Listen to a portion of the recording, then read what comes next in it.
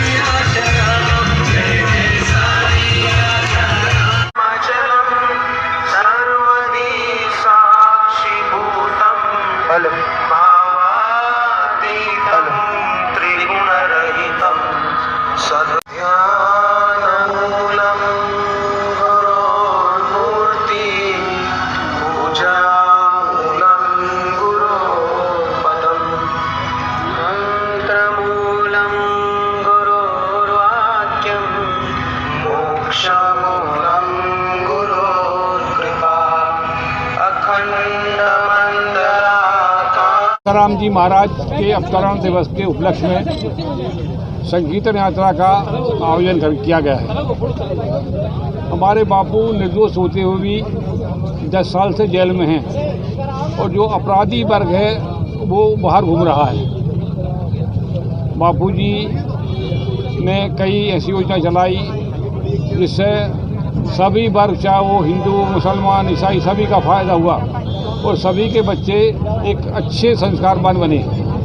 परंतु कुछ विधर्मियों को ये उचित नहीं लगा और साजिश के तहत बापूजी को फंसाया गया और सभी को जमानत या बेल जिसको कहते हैं या सभी के वो दे दिया जाती है, परंतु बापू को एक दिन के लिए भी जो है जेल से रिहा किया जाता, क्योंकि उनको डर है कि यदि बापू बाहर आ जाएंगे तो मिशनरी का जो है इस समय जो देश में जलजला चल रहा है वो उनका बंद हो जाएगा। और बापूजी के भक्त अभी भी निश्चित हैं और बापूजी के लिए समर्पित हैं। बापूजी समस्त वर्गों के लिए भलाई चाहते हैं, चाहे उन्होंने मातृ दिवस चलाया, तुलसी पूजन दिवस चलाया, गरीबों का भंडारा है, अभी भी बापूजी साहित्य सभी वर्ग को बंटवारा है। ऋषि प्रसाद हो गए, युवा सुरक्षा हो गए या अन्य जो धार्मिक पुस्तक है उनको पढ़ाई, जिससे मनुष्य एक बार ही पढ़ लेता है तो अपने जीवन में सुधार लाता है, चाहे वो किसी वर्ग का हो। और हमारे बच्चे भी अगर सिर्फ के साथ अन्य जो साहित्य पढ़ रहे हैं, वो उनमें कोई ना कोई जसमान में सिर्फ 100 बुराइयाँ हैं, परंतु साहित्य पढ़ने के बाद में वो 50 पे आ जाता है, कोई 25 पे आ जाता है। परंतु सभी लोग जो हैं उससे फ़ायदा उठा रहे हैं और इस फायदे को उठाते। आज जो ये रैली का आयोजन किया गया है, इसका क्या मतलब आज बापूजी का अवतरण दिवस के उपलक्ष्य में जो है रैली का आयोजन किया गया है। कहाँ से लेकर कहाँ तक? यहाँ ये रैली जो है ये सब धर्म से चालू होके ये नालंदा स्कूल है राजहर्ष पास ललिता नगर, वहाँ तक जाएगी और बीच में लौट के एक दूसरा स्कूल है, वहाँ पर समापन करेंगे उसका। बापू अवतरण कहाँ हुए? बापू का अवतरण जो है वो पाकिस्तान में हुआ था। बापू जी का अवतरण पाकिस्तान में हुआ था वेरी गाँव में, परंतु बापू जी जो है छोटी सी उम्र में लगभग जो है 4 साल की उम्र में इंडिया में आ गए थे। जनता को क्या उपदेश देना चाहते हैं आप ये रैली निकाल? हम जनता को ये उपदेश देना चाहते हैं कि देखो हमारे बापूजी निर्दोष हो गए, जेल में हैं और अपराधी जो घूम रहे हैं और सरकार जो है इस पर ध्यान नहीं दे रही है।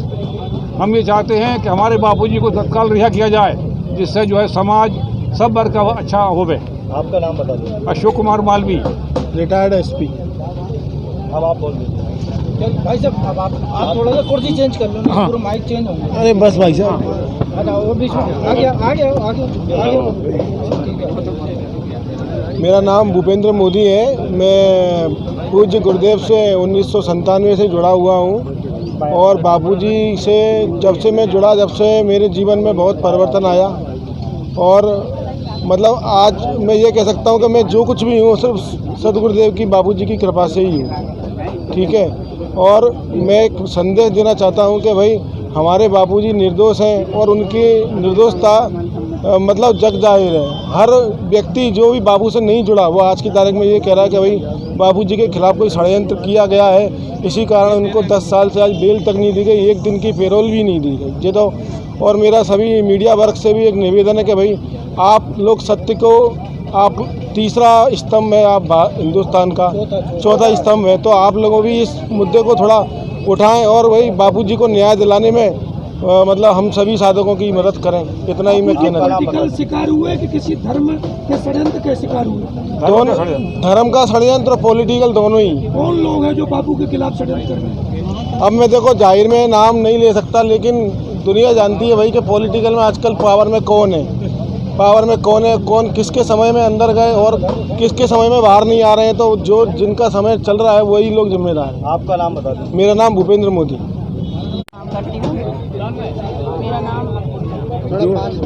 मेरा नाम दयावती है और मैं बापू से जुड़ी हुई हूँ और मैं ये कहना चाहूँगी कि जो भी आज तक हो रहा है वो सब जो है षड्यंत्र है और बापू किसी तरह से लोग कामयाब नहीं हो रहे थे उनको फंसाने के लिए, तो इसीलिए ये कानून बना है। ये कानून केवल और केवल बापू को फंसाने के लिए बना है,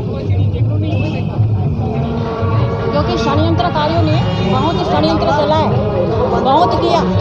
बापू के ऊपर तरह तरह के इल्ज़ाम लगाए कि बापू ने गुरुकुल में बच्चों को मरवा दिया। एक साधारण सा कोई स्कूल खोलेगा ना तो अपना नाम ऊंचा करने के लिए ऐसा काम वो नहीं करेगा, लेकिन हमारे सदगुरुदेव बच्चों को सुसंस्कार देते हैं, उनको मारने के लिए नहीं।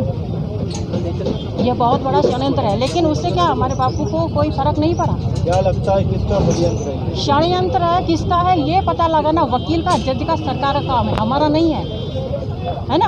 आप मीडिया वाले हो अगर तो ये पता लगना, जैसे यहाँ पर आप आ गए ना पता लगाने, ऐसे आप पता लगाइए, है ना। ये आपका काम है, हमारा नहीं है। हम तो जो देख रहे हैं अन्याय हो रहा है हम वो कह रहे हैं। देना चाहेंगे हम ये जो जनता को हम ये कहेंगे, हमारे जो सनातन संस्कृति इसको जो उसकी जड़ें उखाड़ने के लिए जो लोग लगे हैं तो आप सावधान हो जाइए, है ना।